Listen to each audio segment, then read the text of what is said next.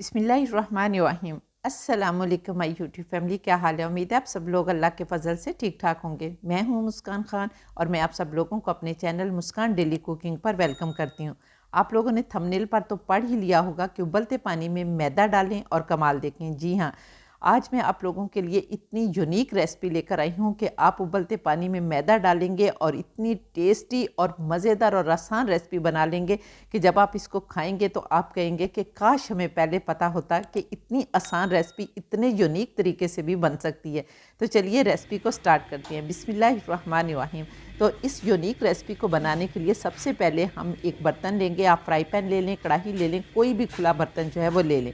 इसके अंदर अब हम 600 ml जो है वो पानी डालेंगे। ये पानी जो है वो आपने माप कर डालना है, क्योंकि पानी की क्वांटिटी जो है वो डिपेंड करेगी कि आपकी रेसिपी सही बनती है या नहीं बनती। तो ये 600 ml पानी जो होगा, अगर तो आपके पास मेजरिंग का जग है तो आप 600 ml आराम से पानी डाल लेंगे। नहीं तो जो हमारे ये कप होते हैं ना ऑनलाइन जो मिलते हैं, जिनसे हम मेजर करते हैं, मैदा मेजर करते हैं या कोई भी चीज़ हम मेजर करते हैं, तो वो कप जो है वो 250 ml का होता है। तो आपने वो 2 डाल लेने और फिर हाफ़ डाल लेना है, तो आपका 600 ml पानी जो है वो पूरा हो जाएगा। जब पानी उबलने लगे तो हमने हाफ़ टी स्पून इसमें नमक डालना है और 1/4 टीस्पून हमने हल्दी डाल देनी है। यहाँ पर देखें, हल्दी जो है एंटीसेप्टिक होती है और ये रेसिपी जो है अगर आप रमज़ान में बनाकर खाएंगे तो बहुत ही आपकी सेहत के लिए फ़ायदेमंद होगी। और इसके साथ ही हमने 1 खाने का चम्मच ऑयल डाल देना है। यहाँ पर आप चाहें तो मक्खन भी डाल सकते हैं, वो आपकी मर्ज़ी है, देसी घी भी डाल सकते हैं, लेकिन 1 खाने का चम्मच आपने डालना है। फिर इन सारी चीज़ों को आपने अच्छी तरह से मिक्स करना है और मिक्स करने के बाद आपने वुडन स्पून ही लेना है, यानी भारा जो है वो चम्मच लेना है। ये क्यों लेना है मैं आगे चलकर आप लोगों को बताऊंगी। और इसके बाद जब पानी उबलने लगे तो आप चाहें तो चूल्हा बंद कर दें, चाहें तो बिल्कुल दम वाली आंच कर लें। और फिर आपने एक हाथ से चम्मच चलाते जाना है और दूसरे हाथ से अपने मैदा डालते जाना है और थोड़ा थोड़ा करके मैदा डालना है और हिलाते जाना है, ताकि पानी के अंदर मैदा जो है वो हमारा अच्छी तरह से मिक्स हो जाए। और जब अब मैदा मिक्स हो जाएगा तो फिर आपने हल्की सी आंच जो है वो तेज़ कर लेनी है, लेकिन फिर भी स्लो आंच पर आपने इसको पकाना है। और स्लो आंच करने के बाद आपने इसको फिर बहुत अच्छी तरह से पकाना है। अब यहाँ पर जब आप पूरा मैदा डाल लेंगे तो मैदा आपका जो है वो बहुत वज़नी हो जाएगा। और यहाँ पर अगर आपका चम्मच जो है वो भारी नहीं होगा तो फिर आपसे मैदा जो है वो हिलाया नहीं जाएगा।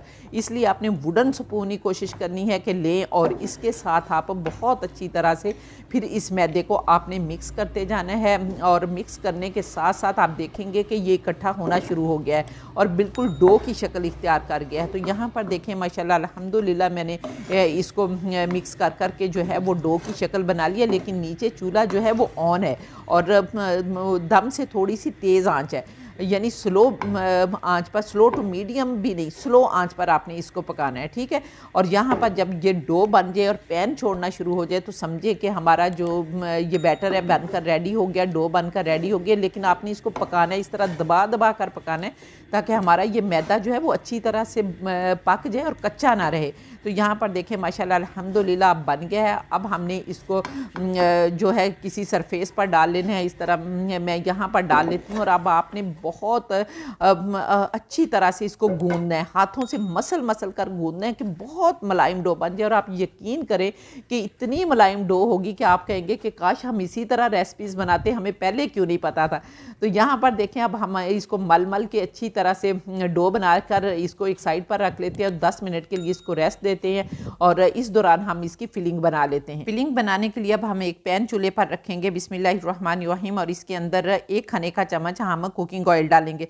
अब यहाँ पर चाहें तो देसी घी भी डाल सकते हैं और इसके साथ ही हम 1 खाने का चम्मच जो है वो बटर डालेंगे और अच्छी तरह से इनको मेल्ट करेंगे। और यहाँ पर आपने कुकिंग ऑयल इसलिए डालना है कि बटर जो है वो हमारा जल ना जाए। अगर बटर जल जाएगा तो इसकी फिर बड़ी जो है वो स्मेल आती है और सारी रेसिपी का जो है वो सत्यानाश हो जाता है। इसके साथ ही मैंने हाफ प्याज लिया है और उसे चॉप करके डालेंगे। और यहाँ पर हमने प्याज को कोई ब्राउन या लाइट ब्राउन नहीं करना, बल्कि सिर्फ सौते करना है।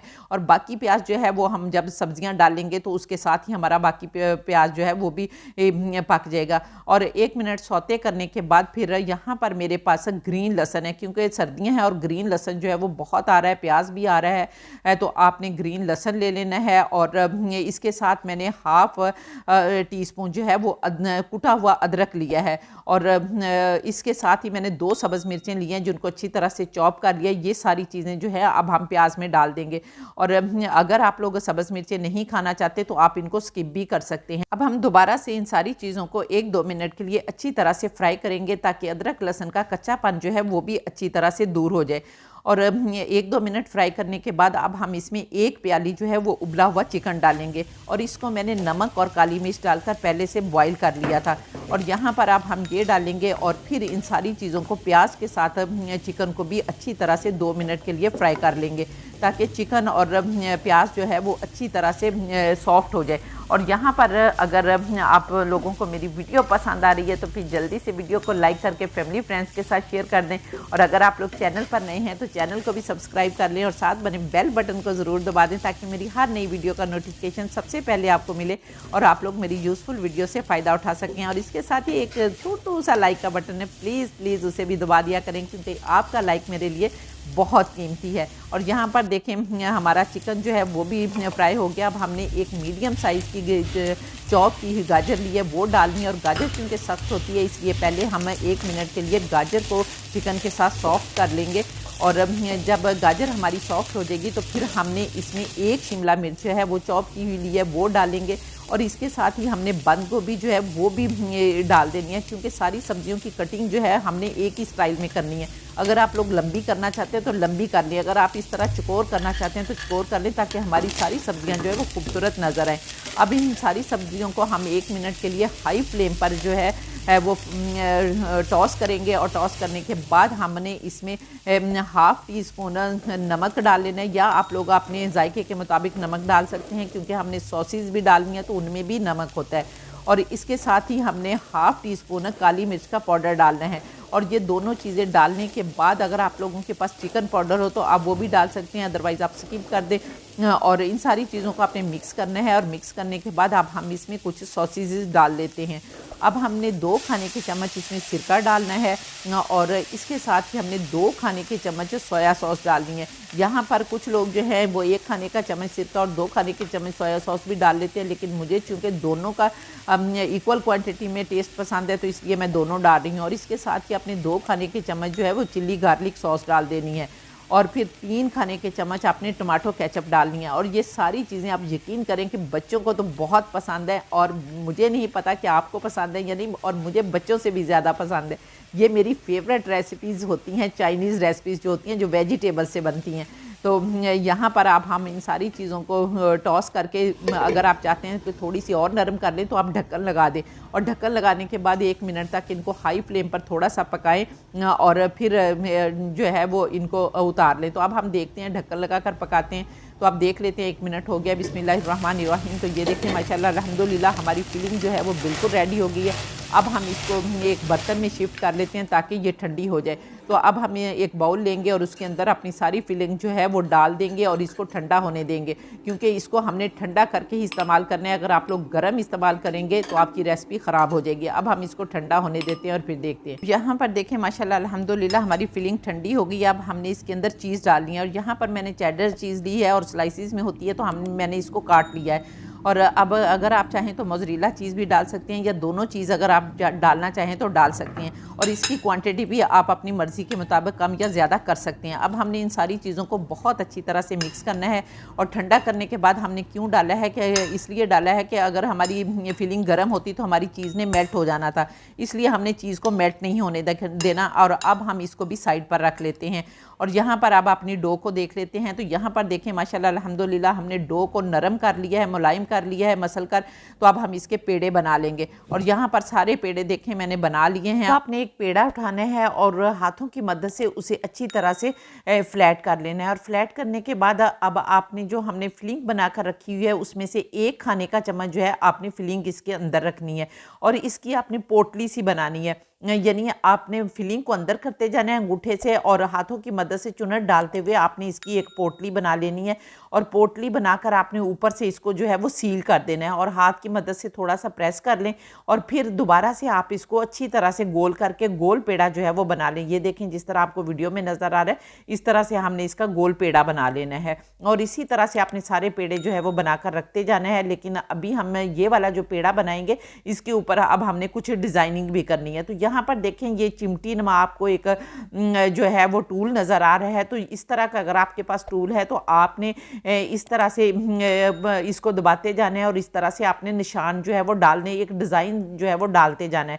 और यहाँ पर ये आटा जो है चूँकि बहुत ज़्यादा नरम है इसलिए आप चाहें तो चिमटी को थोड़ा सा खुश्क मैदे में भी जो है वो डिप कर दें ताकि ये ज़्यादा जो है वो आटा जो है ना लगे। और दूसरे ये निशान जो है आपने ऊपर ऊपर बनाने हैं, बहुत ज़्यादा गहराई में नहीं जाना क्योंकि अंदर हमारी फिलिंग है ताकि हमारी फिलिंग जो है वो अंदर से ना निकले। और इस तरह से आपने पहले एक साइड पे पूरी लाइन लगा लेनी है, फिर दूसरी साइड पे लगा लेनी है और फिर एक एक लाइन जो है वो उनके अंदर लगा लेनी है। तो इस तरह से आपका एक बहुत ही खूबसूरत सा डिज़ाइन जो है ये देखिए बनकर तैयार हो गया। इसी तरह से हमने सारे डिज़ाइन बना लेने हैं। तो एक डिज़ाइन मैं आप लोगों को और बता देती हूँ कि कांटा भी हर घर में होता है। तो आपने इस तरह से पेड़ा बनाकर तो इस तरह कांटे की मदद से फेरते जाना है और पूरी दूसरी तरफ लाइन ले आनी है। इसी तरह से आपने फिर घुमाकर दूसरी तरफ से कांटा फेरते जाना है और लाइन बना लेनी है। तो ये देखें ये भी डिज़ाइन जो है वो बहुत खूबसूरत है। इनमें से जो डिज़ाइन आप बनाना चाहते हैं आप बना सकते हैं। तो यहाँ पर हमारे दोनों डिज़ाइन जो है वो बन के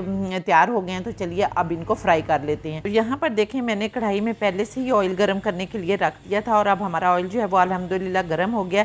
अब हम इसमें अपने वेजिटेबल बॉल्स जो हमने बना कर रखे हैं वो डाल देते हैं। बिस्मिल्लाहिर्रहमानिर्रहीम।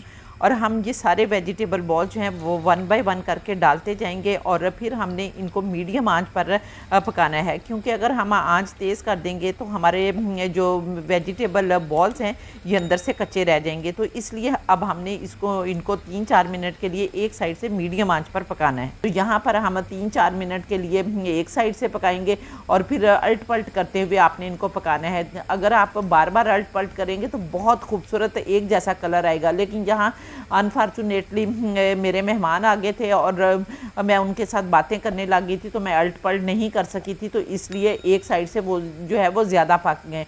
तो आपने थोड़ी थोड़ी देर के बाद इनको अल्ट पल्ट करते रहना है ताकि एक ही जैसा बहुत ही खूबसूरत सा कलर जो है वो आ जाए।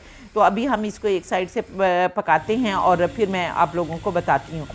तो यहाँ पर देखिए माशाल्लाह अल्हम्दुलिल्लाह हमारे एक साइड से बन गए हैं और आपने दूसरे चम्मच की मदद से ऑयल जो है इनके ऊपर डालते जाना है ताकि हर तरफ से जो है वो हमारे बॉल्स अच्छी तरह से पक जाए। और अब हम इनको फ्लिप कर देते हैं और इस तरफ से भी हम 2-3 मिनट के लिए पकाते हैं क्योंकि दूसरी तरफ से जब आप पकाएंगे तो कम टाइम लगेगा। तो यहाँ पर देखिए माशाल्लाह अल्हम्दुलिल्लाह इस साइड से भी हमारे पोटैटो बॉल्स जो हैं वो बनकर तैयार हो गए हैं और देखिए माशाल्लाह अल्हम्दुलिल्लाह इतने खूबसूरत लग रहे हैं और खुशबू भी बहुत प्यारी आ रही है कि बेख्तियार कहने को दिल कर रहा है। फ़ाबिया ये लाई रब्बिकुमत कज़ीबन के मेरे परवरदिगार ने कितनी प्यारी प्यारी नेमतें दी हैं जिनको हम बनाते खाते और अल्लाह का शुक्र अदा करते हैं।